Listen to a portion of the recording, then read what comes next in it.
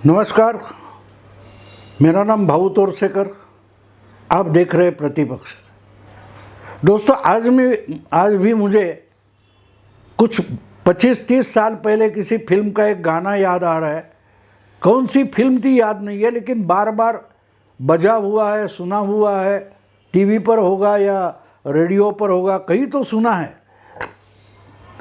जिंदगी तुमसे नाराज नहीं, हैरान हूँ मैं, परेशान हूँ मैं।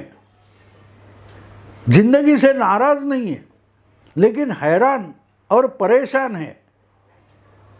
पूरा गाना तो मुझे याद नहीं, लेकिन ये जो उसका क्या बोलते हैं, उसको शुरुआत होती है, वो याद आ गया। क्योंकि जितना मैं 2024 के लोकसभा चुनाव में मोदी को हराने के लिए इंडिया अलायंस बना है, उसके बारे में हिंदी और अंग्रेजी सेक्युलर पत्रकारों से बात सुनता हूँ, तो उसको मतलब मैं ढूंढना चाहता था। बार बार लगातार ढूंढने की कोशिश कर रहा हूँ कि इनकी परेशानी क्या है, ये इतने हैरान क्यों है। जो कोई है, तो सिद्धार्थ वरदराजन हो गए या और कोई आशुतोष हो गए, रवीश कुमार हो गए, ये सब सेक्युलर पत्रकार जो माने जाते हैं, ये इतने हैरान और परेशान क्यों है, और किससे हैरान है, किससे परेशान है। ये तो खुद चुनाव नहीं लड़ते। एक बात होती है, चुनाव में अलग अलग पॉलिटिकल पार्टियां उतर जाती है, अपने उम्मीदवार खड़े कर देती है, लड़ाती है, जीतती है या हारती है। लेकिन कोई पत्रकार, उसका चैनल या उसका अखबार जो है, वो तो चुनाव के मैदान में होता नहीं। उसको तो खबरें देनी है, उसको तो चुनाव का विश्लेषण बताना है। कौन क्यों जीत रहा है, कौन क्यों हार रहा है, क्यों किस लिए हार गया, इसकी जीत क्यों हो गई, इसका विश्लेषण देना है। लेकिन जब चुनाव हुआ ही नहीं है और आगे जाकर 4 महीने में होने वाला है, तो उसमें कौन जीतेगा, इससे आप क्यों परेशान हैं। कौन हारने वाला है, इससे आप क्यों हैरान हैं। जो कुछ लड़ाई होगी, इसमें कोई तो जीतने वाला है, कोई तो हारने वाला है। तो ये सब खुद को जो बड़े पत्रकार मानते हैं, सेक्युलर पत्रकार मानते हैं, वो हैरान परेशान क्यों है। लेकिन हैरान परेशान होते हुए भी नाराज बिल्कुल नहीं है। यानी मोदी बार बार जीतते हैं, लगातार जीत मोदी की होती है, इससे ये नाराज है। लेकिन मोदी के खिलाफ जो लड़ाई लड़ते हैं अलग अलग पार्टियां, उनसे ये लोग नाराज नहीं है। असल में जब चुनाव होते हैं, तो चुनाव में जो पार्टियां उतरती है, उसमें से ही कोई जीतेगा या कोई हारेगा। अब बात यह है कि आप अगर चुनाव में हिस्सा नहीं लेते, यानी ये जो पत्रकार है, खुद को सेक्युलर मानते हैं, ये अगर चुनाव के मैदान में है ही नहीं, तो आपका रोना धोना क्यों है भाई। और अच्छा, ये तो राहुल गांधी को अब देखिए, और एक बात बताना जरूरी है कि कांग्रेस कैसी गलती कर रही है। कांग्रेस ने बनाई हुई जो इंडिया अलायंस है, उसमें ममता बनर्जी क्या गलती कर रही है, नीतीश कुमार क्यों सत्यानाश कर रहे हैं, अखिलेश गड़बड़ कर रहे हैं। ये सब इनका रोना धोना रोज चलता है कि अखिलेश खेल बिगाड़ देगा, ममता सत्यानाश कर देगी, नीतीश ने ये करना नहीं चाहिए था, लालू को क्या हो गया है। ये इनकी जो हैरानी परेशानी है, ये ऐसे विश्लेषण से सामने आ जाती है। लेकिन एक बात पर ये बिल्कुल नहीं बोलते कि बार बार 2 चुनाव 2014 और 2019 में मोदी जी इतनी अच्छी तरीके से जीत गए, बीजेपी को 2 बार बड़ी मेजॉरिटी से मोदी ने चुनकर लाया, तो उसका जितना क्रेडिट मोदी का है, उतना ही कम से कम राहुल गांधी का भी है। अगर 2014 और 2019 ये दोनों चुनाव में मोदी के सामने लीडर बनके राहुल गांधी को पेश नहीं किया होता, प्रचार की पूरी ताकत राहुल गांधी ने जो लगाई, अगर राहुल गांधी पिक्चर में होते ही नहीं तो क्या होता, ये अगर आप सोचोगे तो आपको पता लगेगा, किसी भी समझदार इंसान को पता चलेगा, अगर मोदी के सामने राहुल गांधी को पेश नहीं किया जाता तो शायद मोदी के लिए 14 और 19 के चुनाव इतने आसान नहीं होते, क्योंकि अपोजिशन की यानी बीजेपी के विरोधी दलों की जो लड़ाई है उसका जितना गलत चेहरा राहुल गांधी पेश करते हैं उतना और कोई नहीं करता। और इसी कारण से अगर राहुल गांधी 14 और 19 के चुनाव में अपोजिशन का चेहरा करके सामने पेश नहीं किए जाते या नहीं लाए जाते तो शायद मोदी को इतनी आसानी से दोनों चुनाव मेजॉरिटी से जीतना पॉसिबल नहीं था, लेकिन हुआ पॉसिबल। तो इसमें राहुल गांधी का जो योगदान है इस पर चर्चा क्यों नहीं होती। मेरा ये पूरे जो हिंदी यूट्यूब हो, हिंदी चैनल हो, हिंदी अखबार हो, उसमें जो मोदी हारते नहीं और अपोजिशन क्यों हारता है इस पर चर्चा करने वाले पत्रकार है, उनसे एक सवाल है कि आप राहुल गांधी की गलतियों पर चर्चा क्यों नहीं करते। क्योंकि राहुल गांधी बीजेपी और मोदी के लिए आज सबसे बड़ा एसेट हो गया है। तो ये क्यों हो रहा है,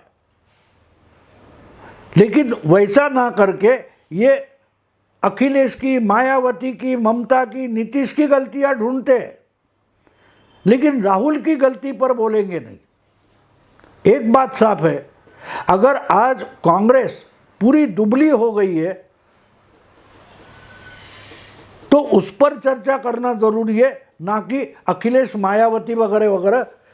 और जब सोचना चाहते हो, विश्लेषण करना चाहते हो, एनालिसिस करना चाहते हो, मीमांसा करना चाहते हो, तो जो बीमारी है उसका डायग्नोसिस सही तरीके से होना चाहिए। अगर डायग्नोसिस सही तरीके से नहीं होगा तो दवाई जो आवश्यक है वो तो बिल्कुल नहीं दे सकोगे, और वही तो हो रहा है। अगर आप दुनिया भर की बातें करोगे लेकिन असल बीमारी जो है उस पर बात नहीं करोगे, आप कैंसर पर बोलोगे, आप टीबी पर बोलोगे, या और आप न्यूमोनिया पर बोलोगे, या और आप किसी दूसरी बीमारी पर बोलोगे, लेकिन आप कोरोना पर ही नहीं बोलोगे, कोविड-19 पर नहीं बोलोगे, तो उस बीमारी को रोकोगे कैसे। इसलिए मैंने बोला है कि राहुल पर क्यों नहीं चर्चा करते, क्यों मायावती पर चर्चा कर रहे हो, क्यों अखिलेश अड़ा हुआ है इस पर बात कर रहे हो। अखिलेश तो मध्य प्रदेश में गया था ना, 6 सीटें दे दो, 8 सीटें दे दो। आप 320 230 में से 5-6 सीटें भी अखिलेश को देने को कांग्रेस राजी नहीं थी, तो कमलनाथ को रोकने की ताकत सिर्फ राहुल गांधी में थी। राहुल गांधी चुपचाप बैठ गए तो गलती राहुल गांधी की थी। आप उस पर बोलोगे नहीं, ठीक है, उस पर मत बोलो, लेकिन जब नीतीश हो, ममता हो, या मायावती हो, या अखिलेश हो, उन पर बात करते हो, उनकी गलतियां ढूंढते हो, तो वो गलतियां क्यों कर रहे हैं वो भी समझना ज़रूरी है। मायावती वगैरह, ममता, ये कांग्रेस से अपनी जहां ताकत है वहां हाथ क्यों मिलाना नहीं चाहती। सोचना ये ज़रूरी है कि अगर इंडिया अलायंस या वोटों की डिवीजन से बीजेपी का फायदा हो रहा है और उसे रोकना है तो डिवीजन नहीं होनी चाहिए। इसके लिए क्या कर सकते हैं, तो इकट्ठा आना चाहिए, इसीलिए तो इंडिया अलायंस बना है। लेकिन इंडिया अलायंस जहाँ बनता है वहाँ समाजवादी यानी सपा हो, बसपा हो, टीएमसी हो, उन पार्टी को एक चिंता होती है कि हम अगर कांग्रेस से हाथ मिलाएंगे तो क्या चुनाव के बाद, कुछ सालों के बाद हम अपनी जहां ताकत है वहां भी बच पाएंगे या हमारा खात्मा हो जाएगा? बीजेपी तो रहेगी, वोट हमारे चले जाएंगे। टीएमसी से लेकर सपा बसपा ऐसी जो पार्टियां हैं, उनको कांग्रेस पर जो आशंका है वो वही है। अगर हम कांग्रेस से हाथ मिलाएंगे तो हमारे वोट एक बार कांग्रेस को ट्रांसफर हो गए तो वापस आने वाले हैं नहीं। ये चिंता सता रही है। मायावती हो या ममता हो, उनको अगर कोई चिंता सता रही है, आप कर्नाटक का 6 महीने पहले का चुनाव देखिए। मेरा ख्याल है जून 2023 में कर्नाटक का चुनाव हो गया। जिस कांग्रेस ने कुमारस्वामी को चीफ मिनिस्टर बनाने के लिए 5 साल पहले सपोर्ट दिया था, हाथ मिलाया था, चुनाव के बाद मिलाया था। फिर 2019 के लोकसभा में कांग्रेस और जेडीएस की अलायंस हुई थी, सीटों का बंटवारा भी हुआ था, लेकिन नुकसान तो दोनों का हो गया। और इसलिए जब विधानसभा चुनाव आ गया तब कांग्रेस ने जेडीएस से हाथ नहीं मिलाया।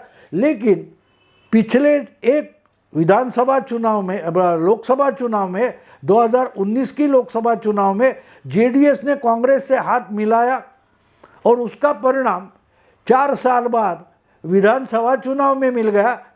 जेडीएस के 5% मुस्लिम वोट खिसके और कांग्रेस की तरफ चले गए और कांग्रेस को खुद की मेजॉरिटी मिल गई।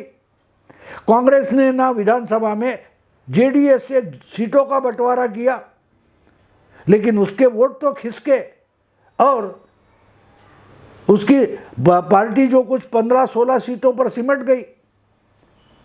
नुकसान किसका हुआ? जेडीएस का हुआ।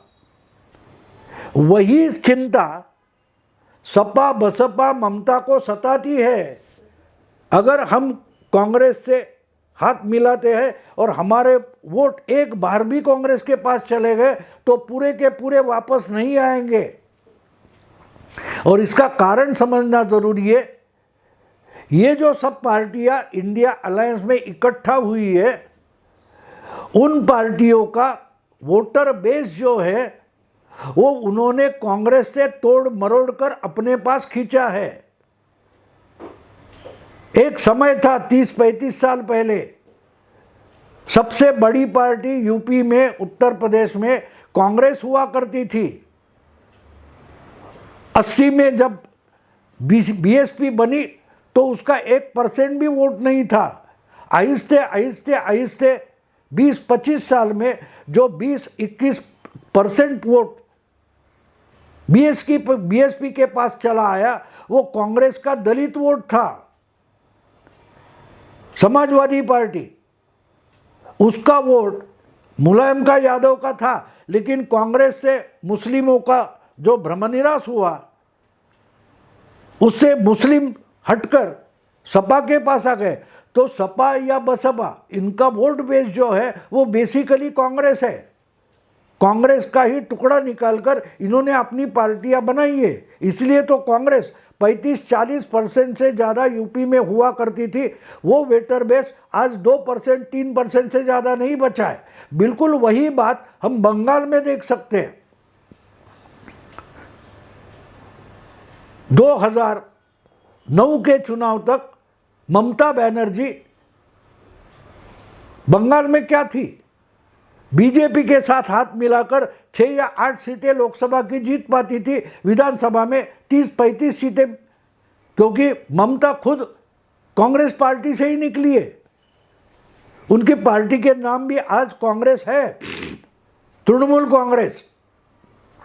तो बात यह है कि अगर कांग्रेस से हाथ मिलाते हैं, सीट का बंटवारा करते हैं, तो जो वोट कांग्रेस को ट्रांसफर हो जाता है, टीएमसी का, सपा का, बसपा का, वो अगर आगे हट गए तो फिर वापस नहीं आएगा, वो कांग्रेस के पास परमानेंटली चला जाएगा। और इसी का डर इन लोगों को सताता है। अखिलेश जो, और दूसरी बात है, अखिलेश की पार्टी जो है, समाजवादी पार्टी, जनता दल वगैरह वगैरह, उनका जो असली वोटर बेस था वो एंटी कांग्रेस था, वो इससे पहले ही बीजेपी के पास चला गया है। और कांग्रेस का वोटर बेस इन क्षेत्रीय पार्टियों ने अपनी तरफ खींच लिया है, और इसलिए इनको अपनी राज्य में इंडिया और दूसरी राज्य में, यानी अखिलेश को बिहार में इंडिया चाहिए, ममता को बिहार में इंडिया चाहिए, यानी dot dot dot India alliance चाहिए, लेकिन अपने राज्य में इंडिया अलायंस यानी सीट का बंटवारा नहीं चाहिए। हर क्षेत्रीय पार्टी को अपनी जहां ताकत है वहां सीट बंटवारा नहीं चाहिए, बाकी सब पार्टियों ने चुपचाप उनको सपोर्ट करना चाहिए, ये उनका कहना है। क्योंकि इनका डर है एक बार इस इंडिया अलायंस के नाम पर हम कांग्रेस के साथ हाथ मिलाएंगे तो बाद में हमारा वोट शेयर जो आज है उसमें से आधे से ज़्यादा कांग्रेस के पास निकल गया तो वापस आने वाला नहीं है, हमको कांग्रेस खा जाएगी। उनको बीजेपी खाने वाली नहीं है। आंध्र में जो YSRCP है उनको बीजेपी ने नहीं खाया ना मारा, उन्होंने कांग्रेस खा लिए। अगर YSRCP कांग्रेस से हाथ मिलाएंगी तो उनके पास बचेगा क्या? तेलंगाना में वही हुआ। तेलंगाना में एंटी कांग्रेस वोटर था, वो कांग्रेस को तोड़कर ही BRS ने बनाया था और मर गया अभी। तो अखिलेश और मायावती को कांग्रेस से यूपी में क्यों हाथ नहीं मिलाना है, ममता को बंगाल में कांग्रेस का साथ क्यों नहीं चाहिए, इसका ये सीधा साधा जवाब है कि अगर हाथ मिलाए और हमारे वोट कांग्रेस की तरफ ट्रांसफ़र हो गए तो हम खत्म। पिछले 2021 के विधानसभा चुनाव में बंगाल में कांग्रेस और CPM के पास जो बचे कुचे मुस्लिम वोट थे वो ममता के पास चले गए, क्योंकि मुस्लिम वोट हमेशा बीजेपी के खिलाफ होता है और कांग्रेस का और लेफ्ट फ्रंट का बंगाल की विधानसभा चुनाव में सफाया हो गया। उनका जो वोटर बेस था जो एंटी कांग्रेस था वो उनके पास चला गया। कांग्रेस का जो एंटी ममता वोट था वो बीजेपी के पास चला गया, और कांग्रेस का ही जो लेफ्ट फ्रंट के खिलाफ था बीजेपी के पास चला गया। लेफ्ट फ्रंट का जो कांग्रेस के खिलाफ वोट था बीजेपी के पास चला गया, और बचा कुचा इन्हीं कांग्रेस और लेफ्ट फ्रंट का मुस्लिम वोट था वो चला गया ममता के पास। तो क्या ममता वो अपना वोटर जो नया आया हुआ है वो क्या कांग्रेस को वापस दे दे? इसलिए ममता को अपने इलाके में अपने प्रभाव क्षेत्र में कांग्रेस से हाथ नहीं मिलाना है। मायावती अखिलेश को यूपी में हाथ नहीं मिलाना है। यही बात हर राज्य में होगी। तो इसलिए इंडिया अलायंस के नेताओं की बैठकें लगातार हो रही है, लेकिन सीट का बंटवारा नहीं हो रहा है, क्योंकि सीट का बंटवारा उनका वोटर बेस जो है वो खींच लेने का डर हर क्षेत्रीय पार्टी को या छोटी पार्टियों को डराता है। उनको बीजेपी को हराना है, क्योंकि बीजेपी आजकल की कांग्रेस है, और आजकल की दुबली कांग्रेस जो है वो पुरानी बीजेपी है। जो बीजेपी हमारा वोटर बेस लेकर तगड़ी हो गई, क्या हम कांग्रेस को फिर से संजीवनी दे दे?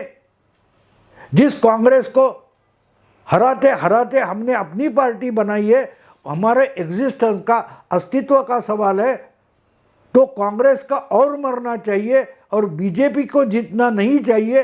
एक क्षेत्रीय पार्टियों का अपना एजेंडा है, और इसमें जहां अपनी ताकत नहीं वहां कांग्रेस को सपोर्ट करते हैं, लेकिन जहां हमारी ताकत है उसमें कांग्रेस के साथ कोई भी हिस्सेदारी नहीं होगी। यही उनका एजेंडा है, ममता का, नीतीश का, लालू का, अखिलेश का, मायावती का। इसलिए ये लोग कांग्रेस से हाथ नहीं मिलाना चाहते। दोस्तों, अगर ये वीडियो पसंद आता है तो लाइक कीजिए, शेयर कीजिए, सब्सक्राइब कीजिए। नमस्कार।